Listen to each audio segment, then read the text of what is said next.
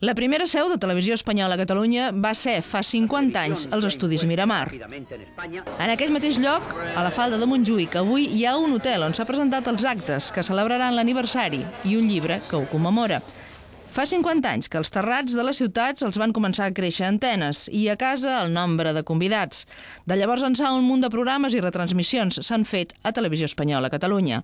Ara i al llarg de l'any es celebraran aquestes noces d'hora en diferents actes i programacions. Sumar-nos a moltes iniciatives que ja existeixen i crear-ne d'altres per tal d'activar la participació i que tothom senti aquesta tele com a seva. El director de la corporació diu que Televisió Espanyola a Catalunya continua més activa que mai.